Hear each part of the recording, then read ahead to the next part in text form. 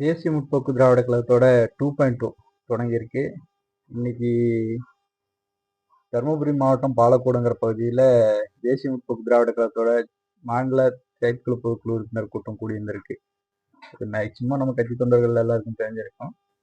இருந்தாலும் ஒரு தகவலா பொதுமக்களுக்காக, இந்த பொதுக்குழு செயற்குழு கூட்டத்தில் பல்வேறு முக்கிய முடிவுகள், பல கட்சி பொறுப்புகள், பல கட்சி வளர்ச்சி சார்ந்த பல விஷயங்களை பேசியிருக்காங்க. அதை பற்றின ஒரு சில விஷயங்கள் கிட்டத்தட்ட ஒரு 25 ஆண்டு காலத்தை தாண்டி போயிட்டு இருக்கு தேசிய முற்போக்கு திராவிட கழக கட்சி ஆரம்பிச்சு. அதுல நமக்கு எல்லாருக்குமே தேசிய முற்போக்கு திராவிட கழக தொண்டர்கள் அத்தனை பேருக்குமே ஒரு ஐடென்டிட்டினா அது கேப்டனோட மூஞ்சி மட்டும்தான்.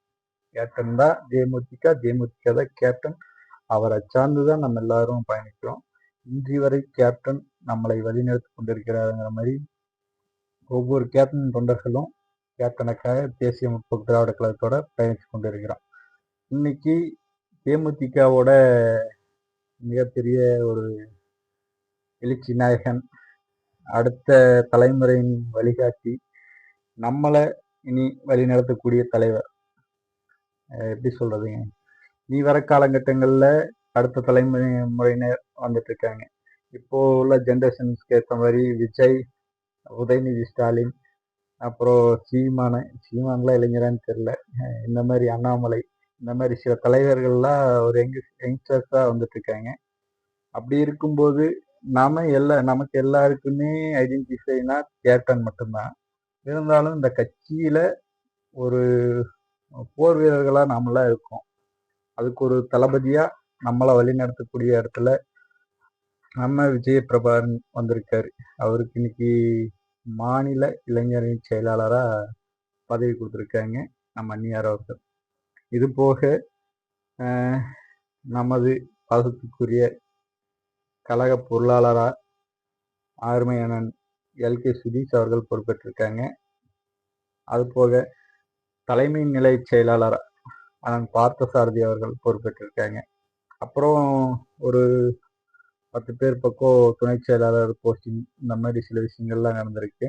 இதுல பாத்தீங்கன்னா இனி வர காலகட்டத்துல அடுத்த தலைமுறையினரை நோக்கி நமது விஜய் பிரபாகரன், நமது கேப்டனுடைய அன்பு புதல்வர் திரு விஜய் பிரபாகரன் அவர்கள் கூட நாமெல்லாம் பயணிச்சு நம்ம கட்சியோட அடுத்த கட்ட நகர்வுக்கான ஒரு வழிமுறையை நாமெல்லாம் கொண்டு போகணும்.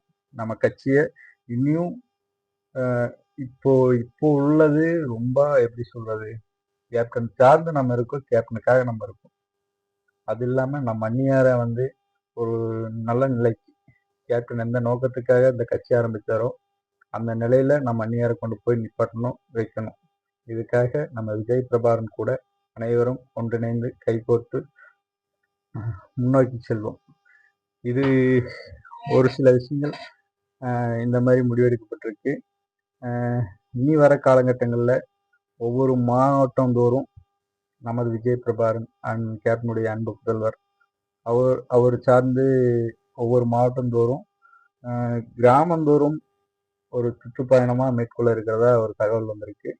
அது போக கடலூர் மாவட்டத்துல கிட்டத்தட்ட கேப்டனுடைய 35வது திரையுலக மாநாடுன்ட்டு ஒன்று போட்டாங்க. அது நம்மளோட மாநாடுல கடைசின்னு நினைக்கிறேன். திருப்பூர்ல ஒரு மாநாடு மாதிரி பொதுக்கூட்டம் போட்டாங்க. அது அக்டோபர் 15 திருப்பூர்ல போட்டாங்க. 2019-20 நினைக்கிறேன். அது மாநாடு அளவுக்கு இருந்துச்சு, பொதுக்கூட்டம் தான், ஆனா மாநாடு அளவுக்கு இருந்துச்சு. கிட்டத்தட்ட கேப்டன் இந்த ஸ்டேஜ் பக்கமே 1000 பேர் பார்த்துக்கோங்களேன். அந்த கிரவுண்ட்ல எத்தனை பேர் இருந்திருப்பாங்கன்னு பார்த்துக்கோங்களேன். சரியான பெரிய கிரவுண்டு. ஆனா அந்த கேப்டன் உட்காரக்கூடிய ஸ்டேஜ், அந்த ஸ்டேஜ்ல 100 பேர் இருப்பாங்க, அந்த ஸ்டேஜ் கீழே சுத்தி 1000 பேர் இருப்பாங்க. அவ்வளவு க்ரௌடு, அவ்வளவு கூட்டம், ஒரு மாநாடு மாதிரி இருந்தது. அதுதான் நம்ம கேப்டன் கடைசியா பேசின ஒரு பொதுக்கூட்டம். அதுக்கப்புறம் கேப்டன் பேச முடியல, அதுலயே ஒரு 2 வாரத்தை தான் பேசினாரு. இப்படி இருக்க நமது விஜய பிரபாகரன் நமது கட்சி அடுத்த கட்டத்துக்கு நகர்த்தி கொண்டு போவாருங்கிற ஒரு நம்பிக்கை இருக்கு. இதுல எல் வெங்கடேசன் அவர் உயர்மட்ட குழு உறுப்பினராக இருக்காரு.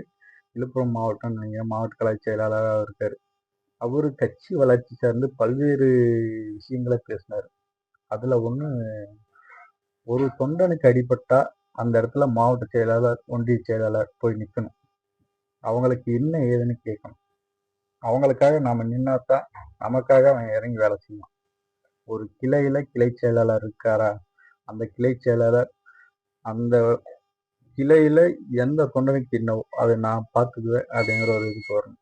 நம்மளால காசு பணம் கொடுத்து உதவ முடியலன்னா கூட அவனுக்கு ஒரு கஷ்டங்கும் போது நம்ம முன்னால போய் நின்னாதான் அவனுக்கு நம்ம மேல ஒரு நம்பிக்கை வரும்.